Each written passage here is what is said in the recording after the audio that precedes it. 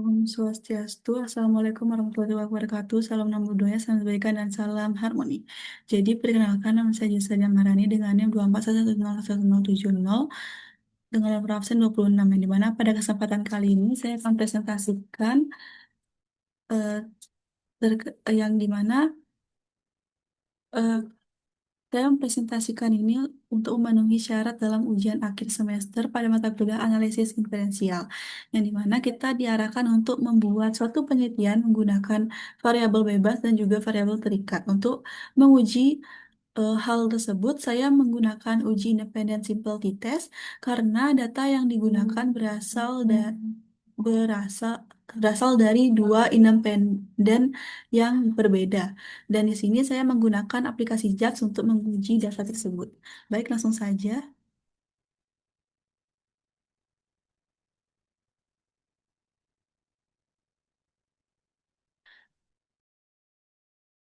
Baik, jadi di sini saya sudah membuat kelompok experience yang berjumlah 30 kelompok, sedangkan kelompok kontrol berjumlah 32 32 kelompok.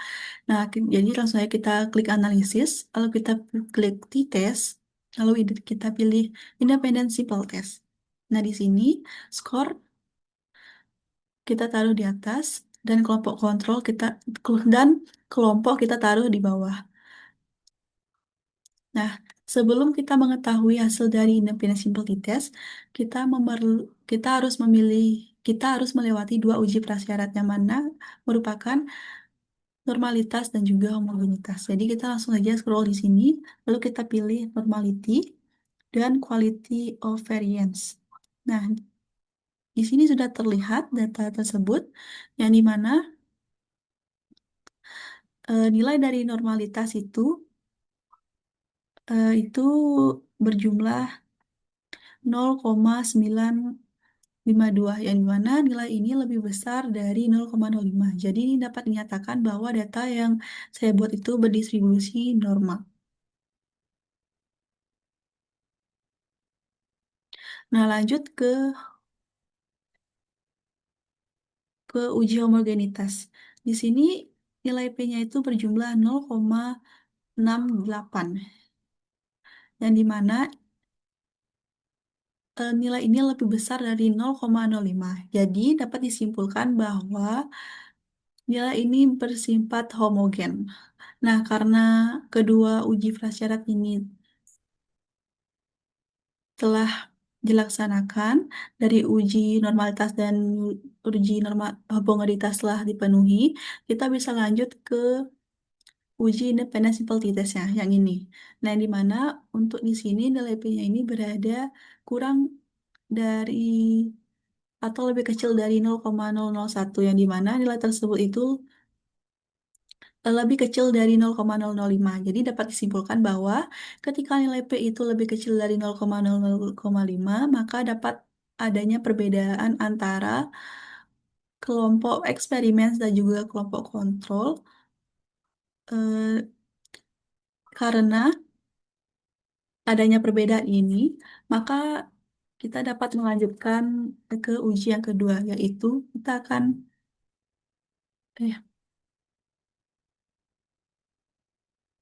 kita akan lanjut ke uji. Nah, kita akan lanjut ke uji efek size di sini. Kita bisa klik lalu kita pilih uji efek size yang Cohendy. Nah, jadi di sini sudah terlihat.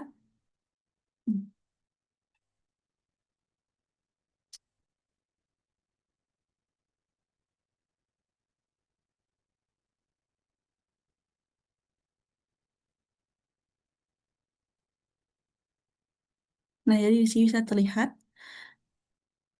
dari independent sensitivity test.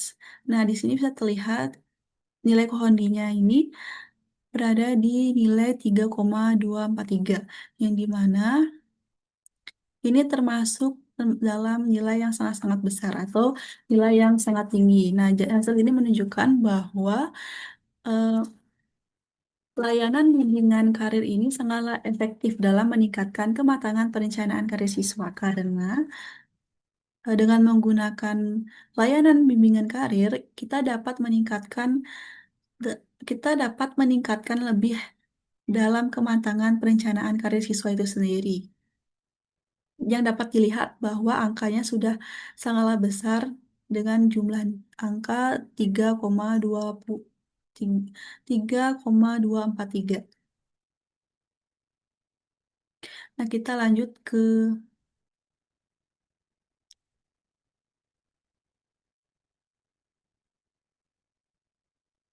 mencari deskripsi statis. Jadi kita bisa mengklik ini, deskriptif. Nah, jadi di sini akan muncul nilai-nilai dari deskriptif statisnya, yaitu nilai experience ini, kita lihat dari sini, yang dimana nilai experience di MEN itu berjumlah 79, 27.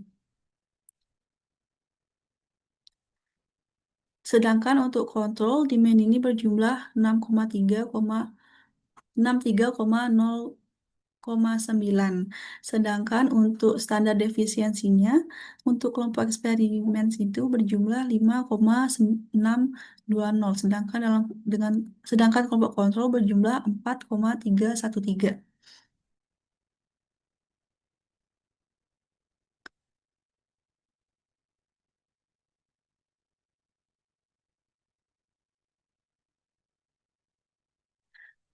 Jadi dapat disimpulkan bahwa dari data yang telah ada di sini, kita dapat menyimpulkan bahwa dalam eh, layanan bimbingan dalam kematangan perencanaan karir siswa ini sangatlah meningkat ketika ia mengikuti layanan bimbingan karir karena nilai dari kelompok eksperimen ini lebih besar dibandingkan kelompok kontrol. Maka hal ini dapat membuktikan bahwa kelompok eksperimen ini memiliki tingkat kematangan perencanaan karir siswa yang lebih tinggi karena data menunjukkan bahwa kelompok eksperimen itu lebih tinggi nilainya dibandingkan kelompok kontrol. Seperti itu. Nah, jadi dapat disimpulkan bahwa dari semua pengujian yang telah kita lakukan tadi, baik kita lihat dari deskripsi statis maupun kohendinya, kita mendapatkan bahwa nilai-nilai tersebut sangatlah besar dan hal tersebut dapat disimpulkan bahwa layanan bimbingan karir ini sangatlah efektif dalam meningkatkan kematangan perencanaan karir siswa. Nah, jadi untuk kelompok eksperimen dan kontrol itu yang dimana siswa yang mendapatkan layanan bimbingan karir dan juga kelompok siswa yang tidak mendapatkan layanan bimbingan karir itu memiliki nilai signifikan yang sangatlah berbeda. Jadi, ini dapat disimpulkan bahwa efektivitas dari layanan bimbingan karir itu sangatlah signifikan untuk meningkatkan kematangan perencanaan karir siswa. Seperti itu. Baik, mungkin cukup sekian dari penjelasan yang dapat saya sampaikan. Mohon maaf jika ada kekurangan ataupun salah kata dalam penyampaian yang telah saya sampaikan tadi. Dari kata saya akhiri dengan Parama Santi, Om Santi Santi Om. Assalamualaikum warahmatullahi wabarakatuh. Shalom dan budaya, salam kebajikan dan salam harmoni.